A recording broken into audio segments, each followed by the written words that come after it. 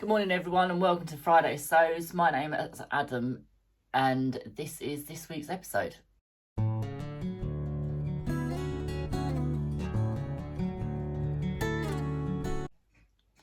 So I'd just like to thank Jen from Stay in Jen's Sewing Room for creating this platform for us all to vlog on. Friday.Sews is a catch up of what we've been up to for the week, what we've got planned and a little bit of what's been going on in our lives. So this week has been not the most, I don't feel like it's been the most successful week sewing, but I suppose it has in a sense. I've managed to make a whole quilt this week, which I suppose is an achievement by itself. I made a memory quilt for someone that I went to school with's family that unfortunately lost a member of their family quite young. So that's been quite difficult this week because of having to piece together things that you don't really expect to be piecing together for someone at that time in their life. I will insert a picture of the finished memory quilt here. Another member of the family as well also wanted a memory cushion for their sofa. So I'll put a picture of that in as well. It turned out really beautiful. I'm really pleased with it. I really hope the family are happy with it. So that will be dropped off this weekend. They live quite close to my parents and my mum is going to run that back and deliver it for me because I didn't want to post it because of the fear of it getting lost somewhere in the post. I did spend some downtime away from that making some bits and bobs for myself. Hello you. This one's just eating her breakfast and is on a bit of a mad one today. I made this behind me, which I did put a picture up on my Instagram if you wanted to have a closer look at it. This is a huge... it's supposed to be English paper piece, but I managed to figure out a way of doing it by machine. And it's actually turned out a lot neater, I think. I would like to do one by hand piecing, but I just wanted to have something to take my mind off things this week. Something colourful, something bright, and something that I didn't really know what I was going to do with. So at the moment, it's just clips on with one of the clips onto my wall hanging that I made a few weeks back, because I didn't want it getting folded up and creased and whatnot. So I thought if I hang it there once I pressed it, it would be fine. I also made some of these. Let me put you on the seat a minute and I can take that off there. These are little hexagons that are made out of little offcuts of the tulip pink fabric. So I made two of these as well. I figured out a way of doing these by machine as well, rather than doing these by hand, because the one that's on the wall hanging to my left, the one that's not covered up by this one here, that one I did all of this centre by English paper piecing, and then I managed to get these outer ones on by machine because they were bigger pieces. But I actually figured out a way of doing the whole lot now by machine, and the finish on it isn't that too dissimilar to the hand sewing one, so I think I'm quite happy with it. My goal is just to carry on making these every time I get a scrap of that fabric and just see what happens once I get to the point where I've got enough to do something with. Because that was the thing. So with the tulip pink fabric that's got the faces on, you get, it's not, I mean, anyone that knows anything about this tulip pink fabric has probably seen a million videos about it and the reason why it's printed the way it's printed. But it's not printed on the length of the fabric. So all of the face designs are printed.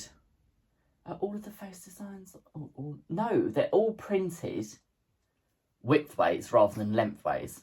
And the reason for that is you can get more faces on the width of fabric than you can on the length of fabric when you cut a metre or a yard of the fabric. You don't end up cutting through half the face, the way that they're spaced on the fabric. But because of that, at the selvage on one side, you end up with one face that's slightly cut off compared to the next one down, which is a full section. So what you end up with is half of a face, but it works out really well because if you're using any templates, like say for instance a hexagon, I haven't yet been able to find a decent hexagon template that's acrylic. You can actually position, you can probably just see the sunlight coming through there, you can position majority of that face in there to actually get a good amount of the face in the centre of a hexagon, depending on the side of the hexagon you use. Or you can use like a clear template and cut out just the face. But it means that you don't waste those last faces that are on the edge of the fabric, which is why I'm using them for these, because it doesn't upset you to lose part of the print to go inside the middle of one. So besides that, really, not a lot has happened this week. I had 2 job interviews because I'm supposed to be going back to work and I really don't want to. But I do need to. And I also need to get out of the house a little bit more because it's not doing me any favours being indoors all the time. Luna is doing really well this week. She's on a bit of a mad mental one this morning. She's scratched my arm to ribbons already today because she was playing because she wanted her breakfast.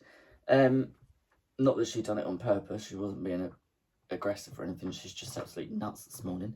But she's super delicious. What else have I been up to? Oh, that was the other thing. Let me quickly sort this out. So the other thing is I had this table, please don't look at the state of it, was on this wall, and I sold my Benina last week.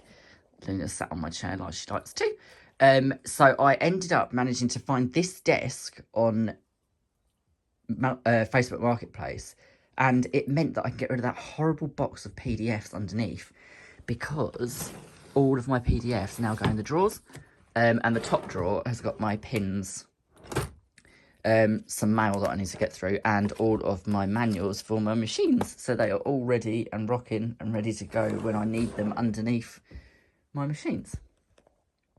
So the desk was a really good find. That was, I think I paid £25 for it. It's actually solid. It's solid wood. I think it's actually solid oak, and it weighs an absolute ton.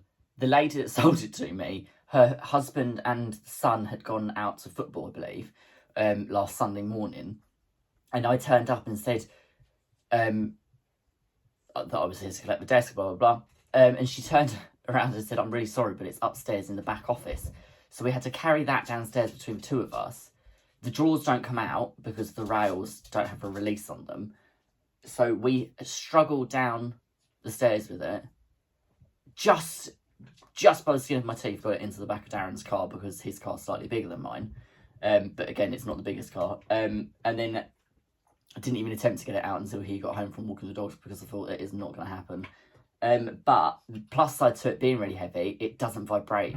So now I've got the 1600p on there. Apologies, tripping over the dog. It doesn't vibrate as much, and the machine doesn't slide around the table as much as the other one because it doesn't have the vibration in the machine moving it. So besides that, I think that is it really this week. I don't know that there's anything else interesting that I can tell you about. I think that might be it. I did manage to, when I bought that 1600p, it came with no extras at all. So I did get some zipper feet and stuff like that off Amazon, and I got a pack of 4 for about £5.99. And there's a narrow straight stitch foot that comes with it, and it's only about 3 or 4 mil thick. Best foot ever. If you've got a Juki TL series or a Janome 1600, a HD9, anything that falls into that category with a high shank foot, I will put the link for them in the description box below. It's nothing that I'm affiliated with or anything like that, but I'll put the link below. I think they're about £5.99. You get 4 feet. You get a left hand zipper foot, a right hand zipper foot, a narrow foot, and you get another one which I can't remember what it does now. The narrow one, you can stitch so close to the edge of things when you're top stitching, and you can also use it to insert zips without having to figure out which foot you need for which side you're sewing, like with the left and the right hand. So I basically reside as the fact that the other ones are no good. I'm not going to use them because I haven't got the time to be unscrewing and changing feet that frequently to put a zip in. So I choose the narrow one, and it's brilliant. But I needed a walking foot for my quilting because I don't want to keep ramming double duvets, not double duvets, king size and queen size quilts through my dookie and clogging up all of the bobbin case and everything with the fluff that comes out of the wadding. So I bought the walking foot that is identical to the one from Janome itself, but this for some reason was on a mad discount and it was reduced to £34 instead of the instead of the branded ones that are over 100.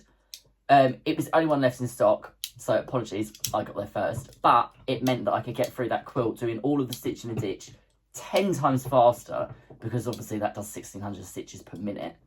The only thing is it's a really, really noisy walking foot, but I imagine that's due to the speed that it goes through the machine at. So that's it really. I need to work on my Sew Frugal this week for sure. It has to be done. I have to get it done.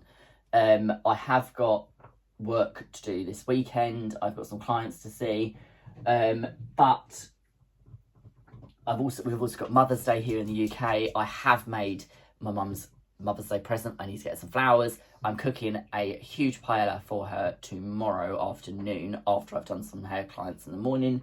So she and my dad are coming down. I have made her a... Well, I better not say, because if my dad watches this and says, "Oh, here, Lynn, so Adam's made you this," which he probably will do. So I will round it up there, and I will see you all soon. Thanks for tuning in, guys, and I will see you next Friday, if not before.